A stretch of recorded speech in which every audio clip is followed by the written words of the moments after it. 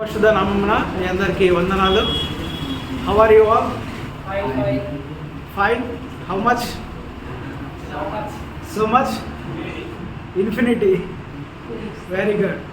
So by God's grace we are alive and we are here to listen the word of God. So let us prepare ourselves to listen the word of God. మనము సిద్ధపాటు చేసుకొని మన హృదయాన్ని సిద్ధపరచుకొని ఈరోజు వాక్యాన్ని విందాము. What is this?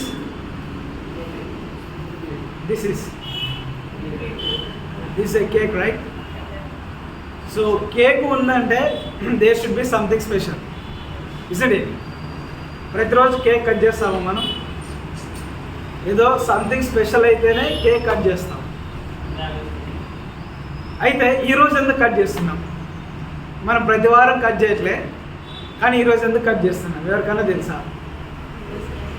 చరిత్రలో ఈ రోజుకంటూ ఒక మార్పు ఉన్నది. ఎవరికైనా ఐడియా ఉన్నదా? క్రైస్తవుడు అని చెప్పుకునే ప్రతి ఒక్కరికి ఈ రోజు గురించి తెలిసి ఉండాలా. బహుశా మీలో ఎంతమంది తెలుసు ఈ రోజు గురించి? Would you rise up your hand if you know the significance of this day? You know little bit, కొంచెం తెలుసు. Remaining rest don't know, right? So మిగతా వాళ్ళకి తెలియదు. But as a Christian we ought to know what is the significance of today. ఒక క్రైస్తవునిగా ఈ రోజుకున్నటువంటి ప్రాముఖ్యత, ప్రత్యేకత, సందర్భం ఏంటో నీకు నాకు తెలిసి ఉండాలి. అలా తెలియలేదు అంటే నీవు నేను నామకార్థపు భక్తిని బ్రతుకుతున్నాము, నామకార్థపు క్రైస్తవులము. నువ్వు అనకపోయినా నామకార్థపు భక్తి జీవిస్తున్నాము. సో తెలుసుకుందాం. ఈరోజు దేవుడు మనకు మంచి అవకాశం ఇచ్చాడు. So don't think and don't turn your hearts to anywhere. Just keep here and put your concentrate upon the word of God so that God may speak to us in this morning. So దేవుడు మనతో మాట్లాడలాగున్నా మన హృదయాన్ని ఎటు వైపు త్రిప్పకుండా కేవలము ఆయన వైపు మాత్రమే మనం ఫోకస్ చేద్దాం. So let us turn our Bibles to the book of Acts chapter 2. అపోస్తలుల కార్యములు 2వ అధ్యాయం. ఎంతమందికి బైబిల్ ఉందండి? I hope you all got the Bible, new testament. ఎంతమందికి బైబిల్ ఉన్నది?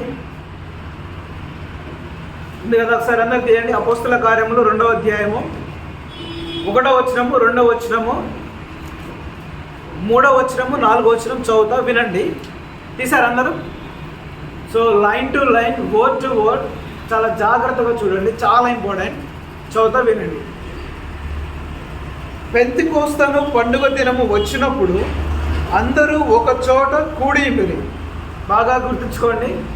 పెంతెకోస్తు అను పండుగ దినం వచ్చినప్పుడు అందరూ ఒక చోట కూడి ఉండిరి.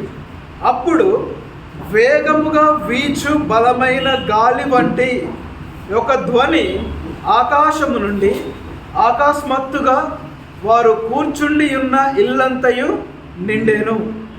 3వ వచనం.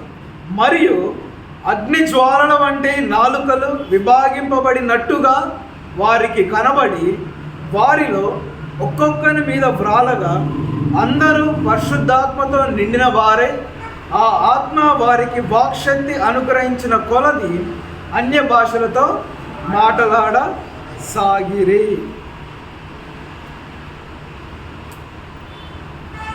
ఈరోజు చాలా క్లియర్గా ఈ దినమనుకున్నటువంటి ప్రత్యేకత ఏంటో నేర్చుకున్నాం. అపోస్తలుల కార్యములు 2వ అధ్యాయము 1వ వచనంలో ఏమని రాస్తుంది? ఫస్ట్ వర్డ్ పెంతెకోస్తు పండుగ దినము. పెంతెకోస్తు పండుగ దినమున అక్కడ ఒక ఇన్సిడెంట్ అనేది సంభవించింది. ఆ దినమునే ఎందుకు సంభవించాలి? అసలు పెంతెకోస్తు దినం అంటే ఏంటి తెలుసా ఎవరికన్నా? మనకు తెలియదు కదా? వినండి. పెంటెకోస్ట్ అనేది ఒక గ్రీక్ వర్డ్, గ్రీక్ పదం. దాని అర్థం ఏంటంటే 50. పెంతెకోస్తు అంటే 50వ రోజు, 50వ దినము. 50వ వరుస ఈ రకముగా. అయితే పెంతెకోస్తు దినమున ఏమైంది? 2వ వచనంలో వారందరూ ఏకముగా కూడి ఉన్నప్పుడు అకస్మాత్తుగా ఏమని సంభవించింది? అకస్మాత్తుగా వేగముగా వీచు బలమైన గాలి వంటి ఒక ధ్వని. 2వది ఏంటిది? వారు కూర్చుని ఉన్న ఇల్లంతా నిండెను, మరియు అగ్ని జ్వాలల వంటి నాలుకలు విభాగింపబడినట్టుగా వారికి కనబడి. చాలు బ్రదర్, మీరు బాగా గమనించినట్లయితే వేగముగా వచ్చేటువంటి గాలి వచ్చిందా? వచ్చింది. అగ్ని నాలుకలుగా విభాగింపబడి ఒకళ్ళ మీద రాలిందా? రాలింది. మనం చూస్తున్నాం ఆ వాక్యం కదా. వేగముగా గాలి వచ్చింది, అగ్ని దిగి వచ్చి నాలుకలుగా విభాగింపబడింది. అవునా కాదా? కాదు, కాదు. అందుకే మనము చాలా జాగ్రత్తగా చదవాలి, చాలా జాగ్రత్తగా చదవాలి. ఒకరు చదవండి గట్టిగా. అప్పుడు వేగముగా వీచు బలమైన గాలి వంటి వినండి, బలమైన గాలి వంటి ధ్వని. వంటి అంటే దాని అర్థం ఏంటి? లిటరల్గా వచ్చినట్ట గాలి. మనకు తెలుగులో లేదా ఇంగ్లీష్ సిమిలే అని అంటారు కదా, ఏమనంటే తెలుగులో ఎగ్జాక్ట్ వర్డ్ రావట్లేదు. అలంకారములని చదువుకున్నారు ఎప్పుడన్నా? అలంకారములు కదా. అలంకారములు అన్నప్పుడు ఇంగ్లీష్లో మనం ఏమంటాము? లైక్. అంటే ఇది దాని వలె ఉన్నది, కంపారిజన్, రైట్? మీరు గమనించండి, అక్కడ లిటరల్గా ఉన్నదా వంటి దాని వలె అని ఉన్నదా? వేగముగా వీచు బలమైన గాలి వంటి ఒక ధ్వని. దాని అర్థం ఏంటి? అక్కడ గాలి వచ్చిందా ధ్వని వచ్చిందా? గాలి లాంటి, అంటే ఒక గాలి ఏ విధంగా బలముగా వీస్తే ఒక శబ్దం వస్తుందో, ఒక తుఫాను వచ్చినప్పుడు, ఒక సైక్లోన్ వచ్చినప్పుడు ఆ గాలికి ఆ గాలి ఎలాగైతే శబ్దం వస్తుందో అలాంటి శబ్దము వారు కూర్చుని ఉన్న రూములో వచ్చింది. కానీ గాలి వచ్చిందా? సైక్లోన్ వస్తే ఎవరైనా నిలబడగలుగుతారా? కార్లు, చెట్లు, భవనాలే కూలిపోతాయి కదా దాని ముందులో ఒక మనిషి లెక్క. మరి అలాంటి బలమైన గాలి వీస్తే అక్కడ ఉన్నోళ్ళు ఉండాలి. అక్కడ యాక్చువల్గా అక్కడికక్కడే చనిపోవాలి, గాలికి కొట్టుకొని పోవాలి. కానీ వాక్యం ఏం సెలవిస్తుంది? గాలి వంటి ఒక శబ్దము.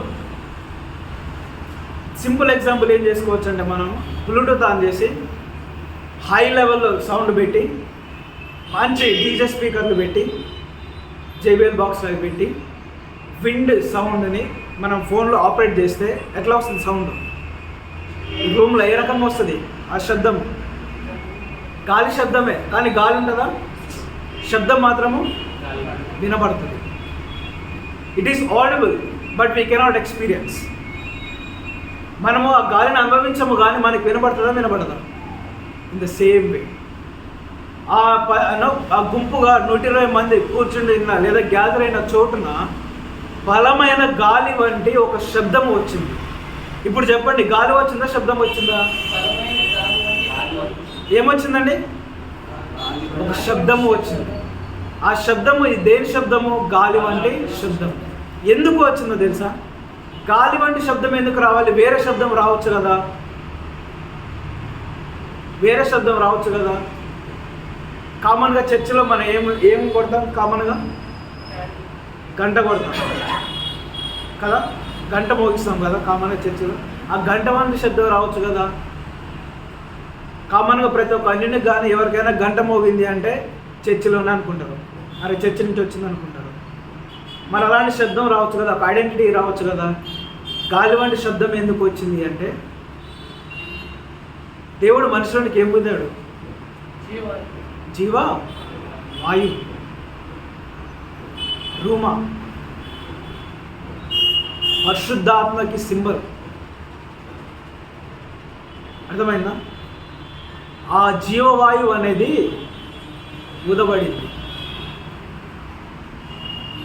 రెండవది ఏమవబడింది? 3వ వచనంలో అగ్ని జ్వాలల వంటి నాలుకలు విభాగింపబడి. ఇప్పుడు చెప్పండి, లిటరల్గా అగ్ని దిగిందా? అగ్ని దిగితే వాళ్ళు కాలిపోవాలి అగ్నికి. కానీ అగ్ని వంటి ఆ దృశ్యం అవబడింది. విభాగింపబడిన నాలుకలు ఏ రూపంలో అవబడుతున్నవి? Flame of fire. అగ్ని జ్వాలలుగా మనం జ్వాలలు చూస్తే ఎగిసెగిసిపడేటప్పుడు చివర్లు ఎలా ఉంటుంది? సారకల్లాగా చివరిలో అగ్ని అంతా ఒక చోట ఉండి ఎండింగ్లో ఈ చీలికల్లాగా ఉంటాయి కదా, స్పార్క్స్. ఆ రకముగా అగ్ని వంటి, అగ్ని దిగలేదు లిటరల్గా, అగ్ని రూపంలో కనబడేటువంటి ఆ చీలికగా విభాగింపబడి ఒక్కొక్కరి మీద వ్రాలింది. దాని అర్థం ఏంటో తెలుసా? పరిశుద్ధాత్ముడు పెంతెకోస్తు అనే దినమున, 50వ దినమున ఈ భూలోకంలోనికి ఆయన దిగి వచ్చాడు. దీన్ని మనం ఎలా కంపారిజన్ చేసుకోవచ్చు అంటే, డిసెంబర్ 25వ తారీఖున మనం ఏం జరుపుకుంటాం? క్రిస్మస్. క్రిస్మస్ అంటే క్రీస్తు పరలోకం నుండి భూలోకంలోనికి వచ్చిన రోజు, మనుషుని రూపముగా జన్మించిన రోజు. అది మనకి ఎంత ప్రాముఖ్యమో, ఒక క్రైస్తవుడు క్రిస్మస్ని ఎలా సెలబ్రేట్ చేస్తాడో,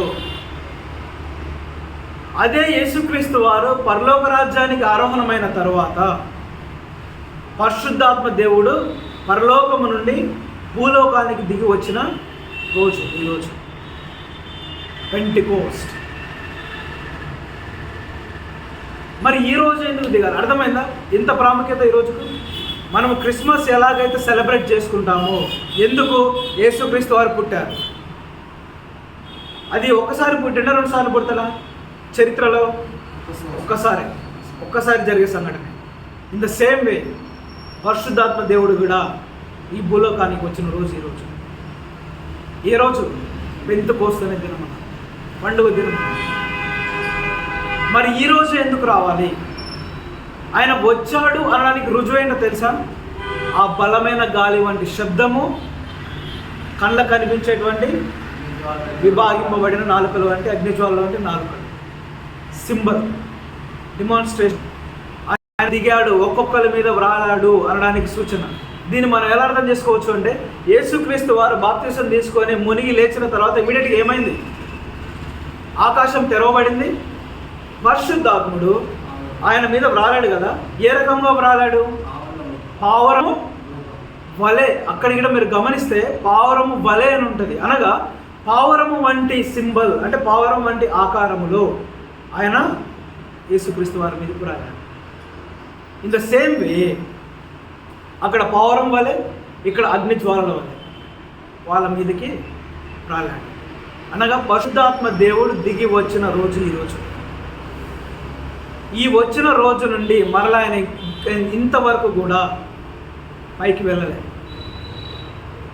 అసలు ఎందుకు వచ్చాడు? పెంతెకోస్తు దినమున ఎందుకు వచ్చాడో తెలుసా? 50వ దినమున ఎక్కడి నుంచి లెక్కేసుకోవాలో తెలుసా మనం?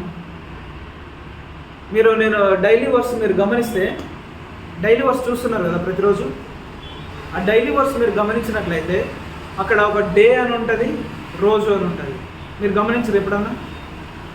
Day 1, day 2, day 20, day 40, day 45. ఈరోజు ఏ డే? ఈరోజు ఎన్నో డే? ఎన్నో రోజు ఈరోజు? చూడండి ఒకసారి డైలీ రెఫరెన్స్ ఎన్నో రోజు అని ఉంది ఈరోజు. 19వ తారీఖు. డే పక్కన ఏ డే అని ఉంది? ఏ రోజు? 50. ఏ వారం అని ఉంది? ఆదివారం. క్రైస్తవులంతా ఎందుకు ఆదివారం అనే ఆరాధన జరిగిస్తారో తెలుసా? యేసుక్రీస్తు వారు పునరుద్ధానం చెందిన రోజు ఏ రోజు? ఆదివారం. ఏ వారము? ఆదివారము. మత్తయి సువార్తలో చూసినట్లయితే, మార్కు సువార్తలో చూస్తే, లూకా సువార్తలో చూస్తే, యోహాను సువార్తలో చూస్తే ఆదివారమున తెల్లవారుచుండగా ఏ దినమున యేసుక్రీస్తు వారు పునరుద్ధానుడయ్యాడు? అదే ఆదివారమున ఎవరు దిగి వచ్చారు? సరిపోయిందా లెక్క? నీవు నేను ఆదివారం ఆరాధించడానికి కారణం ఏంటో తెలుసా? యేసుక్రీస్తు వారు లేచినది ఆ దినముననే, పరిశుద్ధాత్మ దేవుడు భూలోకానికి దిగి వచ్చినది ఆ దినము. మీరు ఏ సంవత్సరమైనా చూడండి, 2023 పెంతుకోస్తే ఏ రోజు వచ్చి చూడండి, ఆదివారంలోనే వస్తుంది. 2022 ఆదివారంలోనే వస్తుంది. 2021 ఆదివారంలోనే వస్తుంది. దేవుడు ఆ రకముగా చరిత్రలో మార్పు వేశాడు, చరిత్రని తిరిగి రాశాడు. మరి ఎక్కడి నుంచి లెక్కోవాలి? అసలు ఎందుకు 50 అంటే, మనం ఒకసారి చరిత్రలోనికి పోదాం. యూదులందరూ పస్కా పండుగన అందరూ గ్యాదర్ అవ్వాలి. ఎందుకు చెప్పండి? ఆచారం. ఎందుకు ఆచారం అంటే మనదూత ఐగుప్తు నుంచి బయటకు వచ్చేటప్పుడు మనదూత వస్తుంది. సో పాస్ ఓవర్, పస్కా బలి ఎప్పుడన్నా విన్నారా? పస్కా బలి, పస్కా పండుగ ఎప్పుడన్నా విన్నారా? వినలే కదా. సో యూదులకి పండుగలు ఉంటాయి. పస్కా పండుగ అంటే ఐగుప్తులో నుండి యూదా ప్రజలు, ఇశ్రాయేలీలు ఐగుప్తు చెరలో నుండి బయటికి వచ్చే దినమున పస్కా పండుగ ఆచరిస్తారు. ఆ దినమున వారు ఏం చేస్తారు? వారి ఇంటి కోసమని ఒక బలి పశువును వధించి గుమ్మాలకి బ్లడ్ రాస్తారు, అలా రక్తము గడపలకు రాస్తారు. ఏ గడపకైతే ఆ రక్తం ఉంటుందో మరణదూత ఏం చేస్తుంది? ఆ గడపను దాటిపోతుంది. ఏ గడపకైతే రక్తం ఉండదో ఆ గడపలోనికి వచ్చి మరణదూత ఏం చేస్తుంది? ఆ ఇంటిలో ఉన్న మొట్టమొదటి బిడ్డను, సంతానమును వధిస్తుంది. అందుకే ఫరో రాజు మొదటి సంతానం ఏమైపోయినాడు? చనిపోయినాడు. ఆ చనిపోయిన దినమున ఆ అంగలార్పులు విని ఈ దేవుడు అమ్మైన దేవుడితో మనం పెట్టుకోవద్దని చెప్పేసి ఫరో ఏమంటాడు? మీరందరూ వెళ్ళిపోండి అని ఆజ్ఞయిస్తాడు. ఎక్కడి నుంచి? ఐగుప్తు నుంచి. పస్కా పండుగ. పస్కా పండుగ అయిపోయిన తర్వాత ఫస్ట్ ఫ్రూట్ అని ఉంటుంది, ప్రథమ ఫలం. అర్థమైందా? పస్కా పండుగ తర్వాత ఏముంటుంది? ప్రథమ ఫలం అని ఉంటుంది, ఫస్ట్ ఫ్రూట్, ఫస్ట్ బాల్. ఆ ప్రథమ ఫలం ఏంది? పస్కా పండుగ అనేది దేనికి సాదృశ్యం? పస్కా పండుగ దినమున జంతువు వధించబడింది. కారణం ఏంటంటే వీళ్ళు రక్షించబడాలి. అదే పస్కా పండుగ దినమున ఎవరు వధించబడ్డారు? యేసుక్రీస్తు వారు. కారణం ఏంటి? మనం రక్షించబడాలి. ఆ రక్తము వలన మన ఇద్దరు నుండి ఏం పారిపోయింది? మరణదూత. అందుకే క్రీస్తునందున్న వారికి ఏ శిక్షా విధి లేదు. అందుకే వాక్యం ఏమంటుంది? క్రీస్తునందు మృతులు ధన్యులు, వారు తిరిగి లేస్తారు. అంటే ఎవరైతే క్రీస్తు రక్తము చేత కడగబడతారో వారికి ఏమి లేదు? మరణం లేదు, రెండవ మరణం లేదు. అర్థమైందా? ఈ పస్కా పండుగ దినమున అక్కడ వధించబడింది, అది టెంపరీగా. ఈ పస్కా పండుగ దినమున పర్మనెంట్గా వధించబడింది ఎవరు? యేసుక్రీస్తు వారు. ఆ పస్కా పండుగ అయిపోయిన తరువాత దినమున ఏమొచ్చింది? ఫస్ట్ ఫ్రూట్, ప్రథమ ఫలం. ఆ ప్రథమ ఫలమున ఏ రోజున? ఆదివారం. ఆ ప్రథమ ఫలముగా యేసుక్రీస్తు వారు ఏమైనారు? మృతులలో నుండి తిరిగి పునరుద్ధానుడైన. దేనికి సాదృశ్యము అంటే ఈ మీదట ఆయన రెండవ రాకడలో క్రైస్తవులందరూ లేపబడబోతున్నారు. ఆ లేపబడబోవడానికి సాదృశ్యముగా మొట్టమొదటి ఒకరు లేపబడాలి కదా, ఒకరు లేస్తేనే కదా అది ఒకరికి నిరీక్షణగా ఉండేది. మొట్టమొదటిగా ఆయన ఫస్ట్ ఫ్రూట్గా లేచాడు, ప్రథమ ఫలముగా మరణమును జయించి తిరిగి లేచాడు. ఆ మరణమును జయించి తిరిగి లేచిన తర్వాత ఆ దినమున నుండి 50వ దినమున పెంటెకోస్ట్ దినం. అంటే ఇప్పుడు మనం ఎక్కడి నుంచి క్యాలిక్యులేట్ చేసుకోవాలా? ఈస్టర్. ఏ రోజున యేసుక్రీస్తు వారు తిరిగి లేచాడు? ఆదివారంన. మనం ఏం జరుపుకుంటాం ఆదివారమున? గుడ్ ఫ్రైడే, పస్కా బలి తర్వాత ఈస్టర్, ప్రథమ ఫలము. ఆ తర్వాత నెక్స్ట్ ఫెస్టివల్ ఏంటిది? పెంతెకోస్తు. ఇక్కడ నుండి 50వ దినము వరకు మీరు క్యాలిక్యులేట్ చేసుకోండి. ఈస్టర్ 1వ రోజు, ఈస్టర్ తర్వాత నుండి క్యాలిక్యులేట్ చేసుకుంటూ రండి. వచ్చే 50వ రోజు ఏ వారం వస్తుంది? ఆదివారం. అయితే ఇక్కడ రెండు విషయాలు అంటే 3 విషయాలు మొట్టమొదటి తెలియజేయాలనుకుంటున్నాను. ఈ 50వ రోజున పెంతెకోస్తు దినమున ఏం జరిగింది చరిత్రలో మనం గమనించినట్లయితే మత్తయి సువార్త 16వ అధ్యాయం 18వ వచనం. మత్తయి సువార్త 16:18 ఫాస్ట్గా ఎవరితో చదువుతారో చూద్దాం. 18 మరియు నీవు పేతురువు అదే రీతిలో ఒకరు అపోస్తుల కార్యములు 2వ అధ్యాయంలో ఉండండి, ఒకరు మత్తయి సువార్తలో ఉండండి. ఈ బండ మీద నా సంఘము కట్టుదును. చాలండి. సంఘము ఇంగ్లీష్లో మనం చూసినట్లయితే ఏ వర్డ్ ఉంటుంది? English word church. చర్చ్. యేసుక్రీస్తు వారు మత్తయి సువార్త 16వ అధ్యాయం 18వ వచనంలో ఏమని వాగ్దానం ఇచ్చాడు? ఈ బండ మీద నా సంఘమును కట్టబడింది. ఆ సమయానికి మత్తయి సువార్త 16వ అధ్యాయంలో it is a future tense. I will build my church. I will future tense కదా. మత్తయి సువార్త 16వ అధ్యాయంలో ఈ వచనం చెప్పేటప్పుడు సంఘము కట్టబడిందా లేదా? కట్టబడలేదు. మరి ఎప్పుడు కట్టబడాలి సంఘము? తీయండి అపోస్తల కార్యములు 2వ అధ్యాయము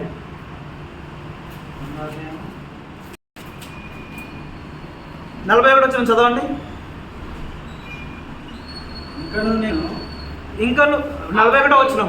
కాబట్టి అతని వాక్యమును అంగీకరించిన వారు బాప్తిస్మము పొందిరి. ఆ దినమందు ఇంచుమించు ఒకసారి మీరు గమనించండి. ఆ దినము ఇంచుమించు ఎంతమంది చేర్చబడ్డారు? 3,000 మంది ఏం చేయబడ్డారు? చేర్చబడ్డారు. బాప్తిస్మము తీసుకొని చేర్చబడ్డారు. అనగా ఆ దినమున యూనివర్సల్ చర్చ్ ఈజ్ స్టార్టెడ్. సార్వత్రిక సంఘము స్థాపించబడింది. ఏ దినమున? ఈ దినమున. ఏ దినమున? పెంతెకోస్తు దినమున. మత్తయి సువార్త 16వ అధ్యాయంలో చేసిన వాగ్దానము నా సంఘమును కట్టుదును. అదే సంఘము ఏ దినమున నెరవేరింది? పెంతెకోస్తు దినమున. ఈ దినమున నెరవేరింది. అంటే ఈ దినమున ఈ ప్రపంచంలో చర్చి అని చెప్పబడే ప్రతి ఒక్క చర్చి, ప్రతి ప్రాంతంలో నిర్మించబడే ప్రతి ఒక్క సంఘము ఏ దినమున స్టార్ట్ అయింది? ఆ దినమున. అదే ఈ దినమున పెంతెకోస్తు దినమున పరిశుద్ధాత్మగా రాకడతో మొట్టమొదటి నెరవేర్పు ఏం చూసాము? సంఘము ఏర్పడింది కదా. మరి సంఘం ఏర్పడక మునుపు ఎవరుండాలి? అక్కడ సంఘం ఏర్పడాలి అంటే ఎవరుండాలి? ఎవరుండాలి సంఘం ఏర్పడాలి అంటే? ఎవరి నామంలో మనం బాప్తిసం తీసుకోవాలా? తండ్రి, కుమార, పరిశుద్ధాత్మ నామములో. ఇప్పుడు ఆ బాప్తిసం తీసుకోవాలంటే ఎవరు మనల్ని ఒప్పింపజేయాలా? మరి సంఘం ఏర్పడాలంటే ఎవరుండాలా? పరిశుద్ధాత్మ దేవుడు. చూద్దాం ఒకసారి యోహాను సువార్త 14వ అధ్యాయంలో. యోహాను సువార్త 14వ అధ్యాయంలో ఒకరు ఉండండి, అపోస్తల కార్యములు ఒకరు ఉండండి. యోహాను సువార్త 14వ అధ్యాయం 16వ వచనం చదవండి ఒకసారి. నేను తండ్రిని వేడుకొందును మీ యొద్ద ఎల్లప్పుడూ ఉండుటకై ఆయన వేరొక ఆదరణకర్తను అనగా సత్య స్వరూపియగు ఆత్మను. రైట్, వినండి. ఇటు చూడండి. యోహాను సువార్త 14వ అధ్యాయం 16వ వచనంలో ఆయన చెప్పిన నాటికి పరిశుద్ధాత్మ దేవుడు దిగొచ్చాడా? ఇదేంటిది? Future tense. వాగ్దానం, ప్రామిస్. నేను మిమ్మల్ని అనాథలుగా విడవను, మీ వద్దకు ఒక ఆత్మను, నేను సత్య స్వరూపియగు ఆత్మను నేను పంపిస్తాను. అక్కడ మీరు గమనించినట్లయితే టెంపరీ అని ఉందా, పర్మనెంట్ అని ఉందా? కొద్ది దినముల నుండి పోతాడని ఉందా, ఎల్లప్పుడూ అని ఉందా? ఎల్లప్పుడూ మీతో ఉండుటకై. అనగా ఒక్కసారి పరిశుద్ధాత్మ దేవుడు కిందికి వచ్చాక, భూమిలోకి వచ్చాక, భూమి మీదకి వచ్చాక ఆయన తిరిగి వెళ్ళిపోతాడా? వాక్యం ఏం సెలవిస్తుంది? ఎల్లప్పుడూ నీతో ఉండుటకై ఆయన వేరొక ఆదరణకర్తను నీ కొరకు. అందుకోసమనే అపోస్తల కార్యములు 2వ అధ్యాయం 1వ వచనం 2వ వచనం మనం ఏం చూస్తాము? గొప్ప బలమైన శబ్దము, గాలి శబ్దము వంటి ధ్వని, అగ్ని జ్వాలల వంటి, విభాగింపబడిన నాలుకల వంటి ఒక ఆకారం. 2వ అధ్యాయము 2వ వచనంలో ఎవరు వచ్చారు? పరిశుద్ధాత్మ దేవుడు దిగి వచ్చాడు. యోహాను సువార్త 14వ అధ్యాయం 16 వచ్చిన వాక్యం ఎక్కడ నెరవేరింది? ఎక్కడ నెరవేరింది? అపోస్తల కార్యములు 2వ అధ్యాయము. ఏ దినమున? పెంతెకోస్తు దినమున. ఈ దినమున ఎవరు వచ్చారు భూలోకానికి? మనం అనుకుంటున్న డిసెంబర్ 20వ తారీఖు యేసుక్రీస్తు వారు ఎలాగైతే భూలోకానికి వచ్చారో అదే రీతిలో పెంతెకోస్తు దినమున పరిశుద్ధాత్మ దేవుడు భూలోకానికి వచ్చారు. ఆయన జన్మించిన రోజు, అనగా ఆయన వచ్చిన రోజు భూలోకానికి. రెండవ నెరవేర్పు ఏంటిది? మత్తయి సువార్త 16వ అధ్యాయం 18వ వచనంలో చెప్పబడిన వాక్యము, చెప్పబడిన ప్రవచనము ఏ దినమున నెరవేరింది? ఏ దినమున నెరవేరింది? ఈ దినమున 50వ రోజున పెంతెకోస్తు దినమున. ఎంతమందితోటి నెరవేర్చబడింది? 3000 మందితో సంఘం ఏర్పడింది. నా చర్చిని కట్టుదు. ఇక్కడ హైలైట్ ట్విస్ట్ చూడండి. ఈ వాగ్దానం అంటే ఈ మాట ఎవరితో చెప్పాడు? మత్తయి సువార్తలో పేతురుతో. గమనించరు కదా? అక్కడ ఎంతమంది శిష్యులు ఉన్నారు? అక్కడ ఎంతమంది ఉన్నారు? మత్తయి సువార్త 16వ అధ్యాయంలో ఈ మాట చెప్పే సమయానికి యేసుక్రీస్తు వారికి ఎంతమంది శిష్యులు? 12 మంది శిష్యులు ఉన్నారు కదా? 12 మంది శిష్యులు ఉన్నప్పుడు ప్రత్యేకంగా ఎవరికి చెప్పాడు? రైట్, గమనించండి బాగా. పేతురుతో ఈ మాట చెప్పాడు. అపోస్తల కార్యములు 2వ అధ్యాయము ఆ మేడగల్లో ఎంతమంది ఉన్నారు? 120 మంది. 120 మందికి పరిశుద్ధాత్మ దేవుడు దిగాడా లేడా? కానీ 120 మందిలో ఎవరు లేచిందో బడి వాక్యం ప్రకటించిండు? ఎవరిని ప్రకటించిండు? పరలోకపు తాళం చెవులు నేను నీకు ఇచ్చేదను, నా బండ మీద ఈ సంఘమును. అనగా తాళం ఇవ్వబడిన పేతురుకు తాళం ఇవ్వబడింది. దాని అర్థం ఏంటో తెలుసా? దేవుడు చెప్పినట్టు, దేవుడు పేతురుతో చెప్పినట్టు అదే పేతురు ఇక్కడ లేచి వాక్యం అనే సువార్త అనే తాళమును తెరచి సంఘం అనే ఆ యొక్క ద్వారాన్ని తెరిచాడు. ఎవరికి లోబడ్డండి తాళం చెవులు? పేతురుకే కదా. దాన్ని ఎలా అనుకుంటాం? పరలోక రాజ్యంలో పెద్ద డోర్ ఉంటుంది, పెద్ద తలుపు ఉంటుంది, పెద్ద లాక్ ఉంటుంది. ఆ లాక్ ఎవరికి ఏపడింది? పేతురుకి ఏపడింది. ఇప్పుడు మనం పైపోయినాక పేతుర్ని కొంచెం మేనేజ్ చేస్తే డోర్ నుంచి లోపలికి పంపిస్తాడు. ఇది లేకపోతే లేదనుకునే ఐడియాలజీ ఉంటుంది చిన్నప్పుడు మనకు. అరే తాళం చెవులంటే ఏంది, తాళం చెవులంటే ఏందని. కానీ వాక్యం సెలవుస్తుంది తెలుసా? తాళం చెవులు ఇవ్వబడ్డది, పరలోకపు రాజ్యం తాళం చెవులు ఇవ్వబడ్డది అంటే క్రైస్తవుడు చర్చిలో దేవుని చేత బాప్తిసం తీసుకొనబడి సంఘములో ఉన్నవాడే ఎక్కడికి పోతాడు? చర్చిలో అడుగు పెట్టిన వానికి పరలోక రాజ్యం ఉందా? మీరు గమనించండి. ఈ ప్రపంచంలో ఏ వ్యక్తి అయితే చర్చి బయట ఉంటాడో వాడు ఎక్కడికి పోతాడు? నరకానికి. చర్చి లోపల ఉండేటోడు అంటే దాని అర్థము పరలోకపు తాళం చెవులు ఎవరికి ఇచ్చిండు అంటే దాని అర్థము ఈ యొక్క పరలోక రాజ్యానికి పోవాలి అంటే ఎవరి ద్వారా వెళ్ళాలి? ఆ పేతురు గారు ఏం చేశారు? తాళం చెవులు తెరిచాడు, ద్వారం తెరిచాడు. ఎలా? సువార్త అనే తాళం చెవులతోటి సంఘం అనే ద్వారాన్ని తెరిచాడు. ఆ సంఘములు అడుగుపెట్టే ప్రతి ఒక్కడికి ఎక్కడికి పోతాడు? మరి దీని అర్థం పరలోక రాజ్యం తాళం చెవులు ఇచ్చినట్టే కదా? అవునా కదా? అర్థమవుతుందా వాక్యం? అంటే సంఘాన్ని స్థాపించడానికి పేతురు గారికి గొప్ప అవకాశం ఇచ్చాడు దేవుడు. ఆ 120 మందిలో ఎవరికి లేని ధన్యత ఎవరికి ఇచ్చిండు? పేతురుకే ఇచ్చిండు. పేతురు నిలబడి సువార్త ప్రకటించిన తర్వాత పేతురు వాక్యం విన్న వారందరూ ఏమైనారు? నమ్మి బాప్తిసం తీసుకొని చేర్చబడ్డారు. అనగా ఇదే పెంతెకోస్తు దినమున ఎవరు వచ్చారు భూమి మీదకి? పరిశుద్ధాత్మ దేవుడు. ఎక్కడ చెప్పబడ్డట్టు? యోహాను సువార్త 14వ అధ్యాయంలో చెప్పబడ్డట్టు ఆ వాగ్దానం ఎక్కడ నెరవేరింది? అపోస్తల కార్యములు 2వ అధ్యాయము పెంతెకోస్తు దినమున. సిగ్నిఫికెన్స్ మరలా వచ్చిన వ్యక్తి పోతాడా? మనల్ని విడిచిపోతాడా? చరిత్రలో ఒక్కసారి జరుగుతుంది. చాలామంది ఏం చేస్తారు? పరిశుద్ధాత్మ దిగిరా దిగిరా దిగిరా అని ప్రార్థిస్తారు కదా, అది అజ్ఞానం. ఆల్రెడీ వచ్చిన వ్యక్తిని మరలా దిగిరా దిగిరా అంటే అది మన అజ్ఞానం. మీరు ఎంతమందిని అంటే మీరు బాగా గమనించినట్లయితే చాలామంది పరిశుద్ధాత్మ దిగిరా దిగిరా దిగిరా అని ప్రార్థిస్తారు కదా. మరి పెంతెకోస్తు దినం ఏమైంది ఆల్రెడీ? ఏమైంది ఆల్రెడీ? వచ్చిండారా లేదా? మరలా దిగిరా అంటే మన అజ్ఞానం ఉన్నట్ట లేనట్ట? ఆయన పరిశుద్ధాత్మ దేవుడు దిగి వచ్చాడు. వచ్చిన దేవుడు ఎల్లప్పుడూ మనతో కూడా ఉంటున్నాడు. ఉంటున్న వ్యక్తిని మరలా దిగిరా అంటే ఏమైనా అర్థం ఉన్నదా? అందుకే మనం ఏం చేయొద్దు, దిగిరాని ప్రార్థన చేయొద్దు. కానీ ఆ దింపబడిన పరిశుద్ధాత్మ దేవుని నడిపింపులో మనం ఉండాలని ప్రార్థన చేయాలి. అయ్యా, నువ్వు మా పక్కనే ఉన్నావు, మేము మీకు చెవియొగ్గి మీ చేత నడిపింపబడేలా మాకు సహాయం చేయమని ప్రార్థించాలి. నెంబర్ 2, ఏం నెరవేర్చబడింది ఈ దినమున? సంఘం, చర్చ్ స్థాపించబడింది. ఈ లోకంలో నువ్వు నేను చెప్పుకుంటున్న చర్చి ఏ దినమున స్థాపించబడింది? పెంతెకోస్తు దినమున, ఈ దినమున స్థాపించబడింది.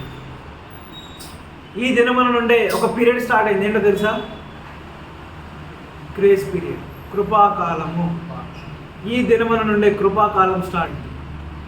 Grace period. ఎవరైతే నమ్మి మారు మనసు పొంది బాప్తిసం తీసుకొని సంఘములో చేర్చబడతారో వారందరూ రక్షించబడడానికి అవకాశం ఇవ్వదు. ఈ కృపాకాలం ఎంతవరకు ఉంటుందో తెలుసా? ఆయన 2వ రాకడ వరకు, మనం సంఘం ఎత్తబడే వరకు ఛాన్స్. సో ఈ దినమున పరిశుద్ధాత్మ దేవుడు వచ్చాడు. ఈ దినమున సంఘం ఏర్పరచబడింది. అందుకే నీవు నేను చర్చిలో కూర్చుంటున్నాను. ఈ దినము లేకపోతే స్థాపించబడలే చర్చి. అందుకే మనం ఏం చేయాలి? సెలబ్రేట్ చేసుకోవాలి. క్రిస్మస్ని ఎలా సెలబ్రేట్ చేసుకుంటామో ఆ పరిశుద్ధాత్మ దేవుడు దిగి వచ్చిన రోజున మనము సెలబ్రేట్ చేసుకోవాలి. నీవు నేను మందిరం అని చెప్పుకుంటూ చర్చ్ అని చెప్పుకుంటున్నాం కదా, ఆ చర్చి స్థాపించబడిన రోజు ఈ రోజు. అందుకే నీవు నేను ఏం చేయాలి? మనం కామన్గానో ఒక ప్లేస్, ఒక విలేజ్లో ల్యాండ్ కొని చర్చి కడితే ఆ ఓపెన్ అయిన డేట్ని ఆ నెక్స్ట్ ఇయర్కి మనం ఏం చేస్తాం? వార్షికోత్సవంగా జరుపుకుంటూ ఉంటాం. అవునా కదా? కదా, first year, second year, 3rd anniversary, 4th anniversary ఈ రకంగా జరుపుకుంటాం. మరి యాక్చువల్గా సంఘం స్థాపించబడిన రోజు మనకు తెలుసు, డేట్ మనకు తెలుసు. కానీ ఈ వార్షికోత్సవం జరుపుతున్నామా? జరపట్లే. మనము టెంపరీగా ఈ భూలోకంలో మనం చేతులతో కట్టుకునే సంఘానికి మనం వార్షికోత్సవం జరుపుతున్నామే. ఆ రోజు మనకు తెలుసు. ఒకవేళ ఈ రోజు మన దేవుని కృపను బట్టి జూన్లో దేవుడు మనకు ఒక ల్యాండ్ ఇచ్చినాడు. జూన్ 5వ తారీఖున మనం పునాది రాయేసినాము. జూన్ లాస్ట్ డే ఏమైంది? మొత్తం కట్టబడింది. ఆ రోజున రిబ్బన్ కట్ చేసిన ఓపెనింగ్ డే అయింది. ఇప్పుడు మనకి ఏ రోజు అవుతుంది మనకు వార్షికోత్సవం? June last day. ఫౌండేషన్ వేసింది కాదు, మనం రిబ్బన్ కట్ చేసిన రోజు. ఎంట్రన్స్ ఓపెనింగ్ అంటే ఇంట్లో చర్చిలోకి పోయిన రోజు. దాన్ని మనం నెక్స్ట్ ఇయర్కి ఏం చేస్తాం? యానివర్సరీగా చేస్తాం. June last day. మరి మన చేతులతో టెంపరీ కట్టిన దానికి మనకు ఐడియా ఉన్నది, మనం వార్షికోత్సవం చేస్తాం. మరి ఆ చర్చి అని చెప్తున్న మనము అసలు ఆ చర్చికి పునాది ఏ రోజు వేయబడింది? పెంతెకోస్తు దినమున, ఈ రోజున. అపోస్తల కార్యములు 2వ అధ్యాయంలో 3000 మంది చేత సంఘం అనే పునాది, సార్వత్రిక సంఘము ఏర్పాటు చేయబడింది. మరి దాన్ని చదువుతున్నాము మనం? మర్చిపోయాం. ప్రతి ఒక్క క్రైస్తవుడు చర్చికి వెళ్తున్నానని చెప్పుకుంటున్నాడు కానీ అసలు ఏ రోజు చర్చి స్థాపించబడిందో తెలుసా? తెలవదు. మనం ఆ రీతిలో ఉండదు. వాక్యమందు పరిపక్వత కలిగిన వారమై ఉన్నాం. ఈరోజు చెప్పండి, ఈ రోజు నుంచి అరే మీరు చర్చ్ అనుకుంటున్నారు కదా, ఎక్కడికి పోయినా చర్చ్ అంటారు. అసలు చర్చిలో బైబిల్ ఎక్కడ స్థాపించబడిందో తెలుసా అంటే చెప్పండి. వాక్యం ఎక్కడ? రెఫరెన్స్ రుజువులు ఎక్కడ ఉన్నాయి? చర్చ్ స్థాపించబడిన రుజువులు ఎక్కడ ఉన్నాయి? అపోస్తల కార్యములు 2వ అధ్యాయము 41వ వచనం చెప్పండి. ఇంచుమించు ఆ దినమున 3,000 మంది బాప్తిసం తీసుకొని సంఘం స్థాపించబడింది, సార్వత్రిక సంఘం. ప్రతి ఒక్క క్రైస్తవుని తెలవాలి సంఘం ఎప్పుడు స్థాపించబడింది. ఆ సంఘానికి వాగ్దానం ఎక్కడ చేయబడింది? మత్తయి సువార్త 16వ అధ్యాయం 18వ వచనం. ఎవరికి చేయబడింది? పేతురుకు చేయబడింది. అదే పేతురు ఈ దినమున నిలబడి ఏం చేశాడు? వాక్య సువార్త ప్రకటించాడు. ఆ సువార్త నమ్మి సంఘం ఏర్పాటైంది. అర్థమైందా? వాక్యం తెలుసుకోవాలి మనం. ఇక మీద భయపడాల్సిన అవసరం లేదు. బైబిల్లో ఎక్కడ మీరు ఈరోజు చదువుకుంటున్నారు కదా, ఏ రోజున ఎక్కడ ఏ వాక్యంలో స్థాపించబడింది, ఏ వాక్యంలో స్టార్ట్ అయింది అంటే మన వాక్యం.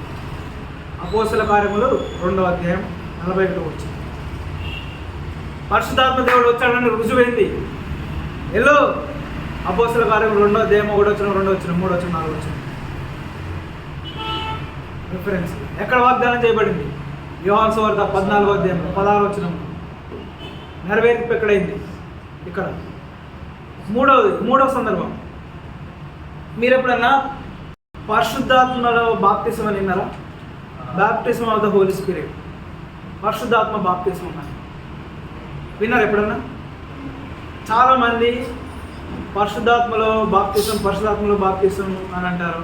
యోహాను సువార్తలో మనం చూసుకున్నట్లయితే ఇప్పుడు యోహాను గారు అంటారు, నేను మీకైతే నీళ్ళలో బాప్తిసం ఇస్తున్నాను కానీ నా వెనక వచ్చేవాడు దేనిలో బాప్తిసం ఇస్తాడ?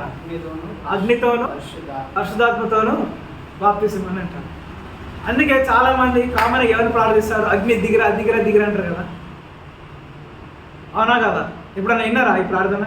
అగ్ని దిగిరావాలి, అగ్ని దిగిరా దిగిరా దిగిరా మాకు దిగిరా అని చాలా భారంగా ప్రార్థిస్తారు కదా. మరి ఎంతవరకు వాస్తవం తెలుసా? అలా మనం ప్రార్థన చేయొచ్చా ప్రార్థన? చేయకూడదు. పొర్రపాటున వీడ నీవు అగ్ని దిగిరా అనే ప్రార్థన చేయకూడదు. ఎందుకో తెలుసా? ఆ యోహాను సువార్తలో చెప్పబడిన అగ్ని బాప్తిసం దేనికి సాదృశ్యమో తెలుసా? తీర్పుకి, నరకానికి. అగ్ని ఆరదు, పురుగు చావదు. ఎవరైతే యేసుక్రీస్తును నమ్ముకొనకుండా చనిపోతారో వారికి ఏముంటుంది? అగ్ని బాప్తిసం, అంటే నరకంలో వేయబడతారు. ఆ కాంటెక్స్ట్ మీరు చదవండి. కాంటెక్స్ట్ చదివితే మీకు అర్థమవుతుంది ఏమని. ఆయన చెరుగుతాడంట కదా చేటతో, ఆయన చేతిలో ఉన్నది. ఆయన ప్రతి వారిని గాలికి చెదరగొట్టు పుట్టువాలే. ఆ వాక్యాన్ని చదవండి ఒకసారి, తెలుస్తుంది. అంటే నేను ఆ వాక్యంలో దగ్గరికి ఆ సందర్భంలో వెళ్ళట్లే, కానీ యాజ్ ఎ క్రిస్టియన్గా నేను తెలుసుకోవాల్సిన విషయం ఏంటంటే